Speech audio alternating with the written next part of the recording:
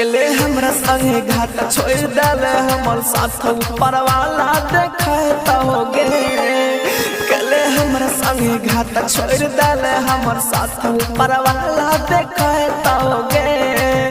तोरो आंसू बहत होगे जब तोरो कोई सताता होगे। तोरो आंसू बहत होगे जब तोरो कोई सताता होगे। आप सुन रहे हैं एजी एंटरटेनमेंट की धमाकेदार प्रस्तुति।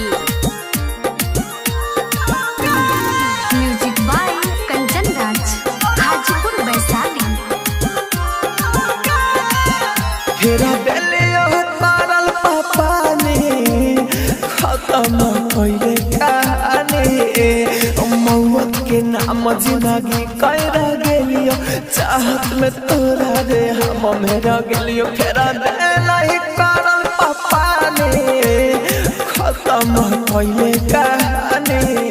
रही बड़का दगाबाज छिपाए में रही राज करा नाम बताए तोगे। तोरो आंसू बहत होगे जब तोरो कोई सताता होगे। तोरो आंसू बहत होगे जब तोरो कोई सताता होगे। Mix by AG recording studio.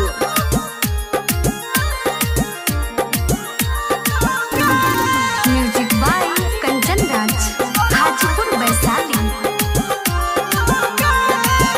बड़ा दुख होय छै बात सुन के कान छिया केले मुँह मुन के। नैना किया तो है अरे राम केंगा बन गेलियो तो है बेशरम। बड़ा दुख होय छै बात सुन के कान छिया केले मुँह मुन के। कहो राहुल रे कि कन में अंकित के खोई के दर्द पता चलाता होगे। तोरो आंसू बहत होगे जब तोरो कोई सताता होगे।